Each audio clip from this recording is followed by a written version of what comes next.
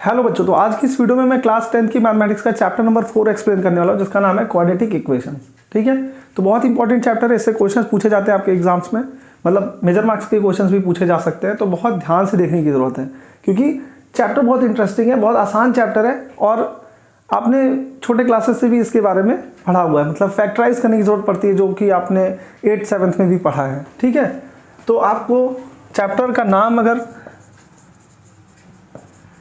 पता है कि क्या है क्वाड्रेटिक इक्वेशंस, तो आपको ये पता होना चाहिए कि क्वाड्रेटिक इक्वेशंस होती क्या है आखिर। ठीक है, तो वो हम समझेंगे बहुत सिंपल से एग्जांपल से। आपने पढ़ा होगा पॉलिनोमियल, आपको पता होगा कि ये पॉलिनोमियल है। ठीक है ना। क्यों पॉलिनोमियल है? Because power of variable is whole number. ठीक है, वेरिएबल की पावर होल नंबर है, इसलिए हम इसे पॉलिनोमियल बोल रहे हैं, नहीं तो इसे अलजेब्रिक एक्सप्रेशन तो बोलते ही है ना। तो ये पॉलिनोमियल है। इसकी डिग्री कितनी है? Highest power of variable in polynomial is called as degree of that polynomial. ठीक है, तो हाईएस्ट पावर कितनी है? 2 है, तो इसे हम बोलेंगे degree of polynomial is given as 2। ठीक है, सो अगर हम इस पॉलिनोमियल के इक्वल में 0 लिख दें, जस्ट ये बन गया आपके पास क्वाड्रेटिक इक्वेशन। बिकॉज इक्वेशन बनने के लिए ये सिंबल चाहिए, ये सिंबल आना चाहिए, तो इसके इक्वल में बस 0 लिख दो, इसका मतलब क्या बन गया? ये क्वाड्रेटिक इक्वेशन। ठीक, तो आई होप आपको समझ में आ गया होगा कि क्वाड्रेटिक इक्वेशन क्या होती है। अगर क्वाड्रेटिक पॉलिनोमियल को 0 के इक्वल में लिख दिया जाए तो उसे हम क्या बोलते हैं? Quadratic equation. अब आपको पता है कि अगर इक्वेशन होगी तो सॉल्यूशन होगा, ऑब्वियस सी बात है। तो अगर किसी क्वाड्रेटिक इक्वेशन के सॉल्यूशन की बात करें तो उन्हें हम रूट्स बोलते हैं। ठीक है, अगर मान लो इस इक्वेशन का आप सॉल्यूशन फाइंड करते हो, what do you mean by solution? मैंने बताया था 3rd चैप्टर में भी, एक्स की वो वैल्यू जो इसे सेटिस्फाई करे उसे हम सॉल्यूशन बोलेंगे। ठीक है ना, तो वो सॉल्यूशन को हम स्पेशली जब हम क्वाड्रेटिक इक्वेशन के सॉल्यूशन की बात करें तो उसे हम रूट्स बोल देते हैं। ठीक है, प्यार से बोल देते हैं। ठीक है, रूट्स बोल देते हैं हम। एक्स की वो वैल्यू जो इसे सेटिस्फाई करेगी उसे हम रूट्स बोलेंगे इस क्वाड्रेटिक इक्वेशन का। ठीक है, बात समझ में आ गई होगी। बहुत आसान चैप्टर है। अब हम देखते हैं कैसे फाइंड करते हैं roots of this quadratic equation. तो हम देखते हैं कि कैसे हम किसी क्वाड्रेटिक इक्वेशन के रूट्स फाइंड करते हैं। तो उसके कुछ मेथड्स होंगे ना। तो there are 2 methods in your text book. Generally 2 ही मेथड्स दिए हैं आपके टेक्स्ट बुक में, तो हम दोनों की भी बात करेंगे। ठीक है, कंप्लीटिंग द स्क्वायर मेथड नहीं दिया है, पहले था सिलेबस में, अब उसे हटा दिया गया है। तो कंप्लीटिंग द स्क्वायर मेथड के ऊपर बात नहीं करेंगे। ठीक है, जस्ट बात करेंगे हम फैक्टराइजेशन मेथड के ऊपर और क्वाड्रेटिक फार्मूला के ऊपर। ठीक है, तो क्वाड्रेटिक इक्वेशन को सॉल्व करने के मेथड्स को हम देख लेते हैं। ठीक है, methods to solve quadratic equations.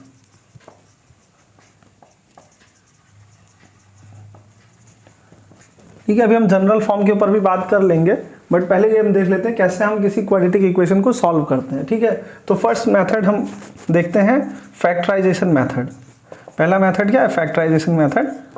अब बहुत सारे लोग गलती मत निकालने लग जाना, Z भी लिखते हैं, S भी लिखते हैं, दोनों लेटर्स यूज कर सकते हैं। ठीक है, यहाँ पर लिखा हुआ है x² + 5x + 6। अब मान लो यहाँ पर एक क्वाड्रेटिक पॉलिनोमियल दिया है LHS में, इसको आप फैक्टराइज करना जानते हो। ठीक है, क्योंकि ये ट्राइनोमियल है तो स्प्लिट करना पड़ेगा ना, 3x + 2x में +6 आ जाएगा, = 0 लिख देंगे। दोनों में हम कॉमन लेंगे तो x + 3 आएगा। फैक्टराइज करना आपको आता है, ऐसा मैं मान के चल रहा हूँ, क्योंकि अगर फैक्टराइज करना बताऊँगा तो वीडियो लेंदी हो जाएगी। बात समझ में आ रही है? उसको मैंने अलग से वीडियोज़ में बता दिया है। ठीक है, तो x + 2 = 0। तो x की वैल्यूज़ क्या आ जाएगी? -3 एंड -2। ठीक है, ये कैसे आ रहा है आप समझ सकते हो। ये दोनों आपस में इनटू में है, ये इनटू में इधर आएगा तो डिवाइड में हो जाएगा। तो x + 3 = 0, x + 3 = 0 अगर आ रहा है तो x = क्या आएगा? ये -3 आएगा ना। इजी है समझना, ऐसे आपको फाइंड करना होगा और इस पे बेस्ड क्वेश्चंस आ सकते हैं। फैक्टराइजेशन मेथड से आपको सॉल्व करना पड़ेगा इक्वेशन को और वहाँ से आपको रूट्स मिलेंगे, तो क्वेश्चन मिल सकता है इस पे बेस्ड। ठीक है, दूसरा मेथड है by using quadratic formula, finding roots by quadratic formula. Finding roots of quadratic equation by quadratic formula, that is also known as Shridharacharya सूत्र। ठीक है, जो कि कंप्लीटिंग द स्क्वायर मेथड का जनरलाइज फॉर्म है। ठीक है, हम जब कंप्लीटिंग द स्क्वायर मेथड को जनरलाइज करते हैं तो हमें मिलता है क्वाड्रेटिक फार्मूला। बहुत कॉम्प्लेक्स कोई फॉर्मूला नहीं है, जस्ट आप जनरल फॉर्म में आप अप्लाई करोगे कंप्लीटिंग द स्क्वायर मेथड और आपको मिल जाएगा ये फॉर्मूला। ठीक है, तो डेरिवेशन अगर आप चाहते हो तो मैं बता देता हूँ। ठीक है, यहाँ पर जैसे आप जनरल फॉर्म यूज़ करोगे ax² plus B X plus C is equal to 0। ठीक है, ये आपके पास जनरल फॉर्म है where a is not equal to 0। ठीक है, ये आपके पास general form of quadratic equation है। ठीक है, we can express all quadratic equation by using this form. ठीक है, इस फॉर्म से हम सभी क्वाड्रेटिक इक्वेशंस को एक्सप्रेस कर सकते हैं। अब आपको ए बी सी के बारे में पता है, कहानी क्या है। ए बी सी का आर्बिट्री कॉन्स्टेंट्स है, एक्स वेरिएबल है यहाँ पर।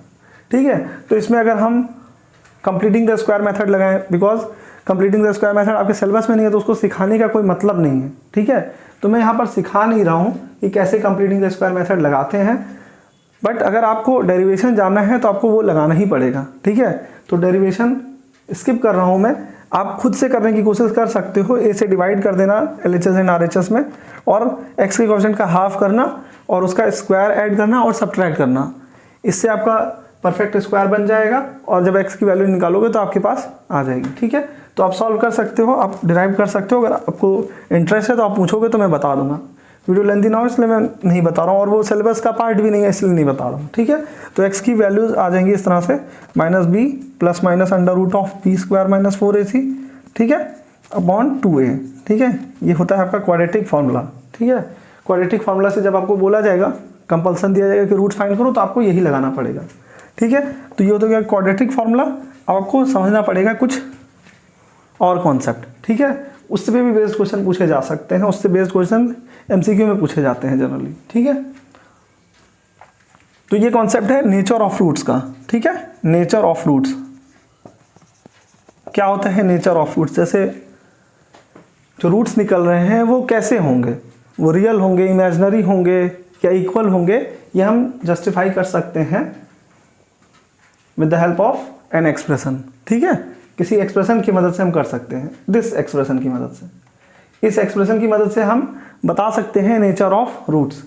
तो ये एक्सप्रेशन डिस्क्रिमिनेट कर रहा है नेचर ऑफ रूट्स, डिफ्रेंशिएट कर रहा है नेचर, तो इसीलिए इसका नाम दे दिया गया है डिस्क्रिमिनेंट। ठीक है, इसको हम बोलते हैं डिस्क्रिमिनेंट। अगर डिस्क्रिमिनेंट इंडिविजुअली पूछ लेगा कि डिस्क्रिमिनेंट फाइंड करो, तो आप इसी की वैल्यू बताओगे, b² - 4ac होता है। ठीक है, ये होता है डिस्क्रिमिनेंट d। ठीक है, डिस्क्रिमिनेंट को d से रिप्रेजेंट करें, d = होता है b² - 4ac। बात समझ में आ रही है? ये डिस्क्रिमिनेट करता है कैसे, अभी मैं बता देता हूँ। अगर मान लो ये 0 हो गया, b² - 4ac 0 हो गया, तो -b में 0 प्लस करो या माइनस करो, अफेक्ट तो होगा नहीं, तो इक्वल रूट्स आएंगे। ठीक है, और अगर b² - 4ac 0 से बड़ा हो गया तो क्या होगा, यहाँ पर कोई रियल वैल्यू आएगी, बिकॉज रूट में आपने कोई नंबर लिखा है जो कि पॉजिटिव है, 0 से बड़ा मतलब पॉजिटिव है, तो यहाँ पर कोई रियल वैल्यू आएगी, रियल रूट्स मिलेंगे। ठीक है, अनइक्वल मिलेंगे, प्लस माइनस में आएगा बट रियल रूट्स मिलेंगे। लेकिन अगर ये 0 से छोटा हो गया, नेगेटिव हो गया, तो आपको पता होना चाहिए कि -4 अभी आपके सिलेबस से बाहर की चीज़ है ना। -4 के लिए हम कुछ नहीं जानते हैं कि कैसे हम इसको एक्सप्रेस करेंगे, क्या होगा इसकी वैल्यू, ये हम नहीं जानते हैं। ठीक है, ये आप 11th में जानोगे, लेकिन अभी तो नहीं जानते हो, तो इमेजिनरी रूट बोलते हैं इसको। ठीक है, इमेजिन कर सकते हो सिर्फ ऐसे नंबर्स के बारे में। ठीक है, तो इसी तरह से 3 केसेस हैं, वो मैं यहाँ पे लिख भी दे रहा हूँ। If d is greater than 0, यहाँ पर लिखता हूँ। ठीक है, if d is greater than 0, d means discriminant is greater than 0, then 2 real and unequal roots. ठीक है, ऐसे जस्टिफाई भी करना पड़ेगा, कई बार पूछ लेगा नेचर तो आपको ये बताना पड़ेगा। ठीक है, सेकंड है if d is equal to 0, then 2 real and equal roots. ठीक है, बात समझ में आ रही है? थर्ड केस है if d is lesser than 0, then 2 imaginary roots. ठीक है, इमेजिनरी रूट्स आ जाएगा। तो this is all about quadratic equation. बहुत बड़ा चैप्टर नहीं है, आपको ये पता चल गया कि जनरल फॉर्म क्या होता है किसी क्वाड्रेटिक इक्वेशन का, वो ये है। ठीक है, आपको कोई इक्वेशन दी होगी, लेट्स से x² + 5x + 6 = 0, और इसको क्वाड्रेटिक फार्मूला के यूज से सॉल्व करना होगा। तो आप कैसे करोगे, जस्ट इसको कंपेयर करना पड़ेगा, इसीलिए तो जनरल फॉर्म यूज में आता है।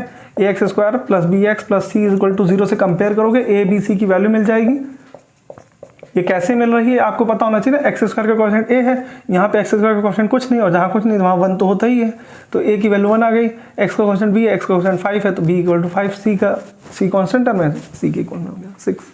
ठीक है, ये वैल्यूज जस्ट सब्स्टिट्यूट कर दोगे इस एक्सप्रेशन में और आपको एक्स की 2 वैल्यूज मिल जाएगी। ठीक है, रूट निकालना आप जानते ही हो, 25 आया तो 5। ठीक है, एक बार प्लस में लिखना, एक बार माइनस में। ठीक है, आप चाहो तो इसे मैं सॉल्व करके दिखा भी देता हूँ। ठीक है, ये इंपॉर्टेंट है, बहुत इंपॉर्टेंट है, इससे क्वेश्चन पूछा जाएगा। ठीक है, तो इसको मैं सॉल्व करता हूँ यहाँ पर।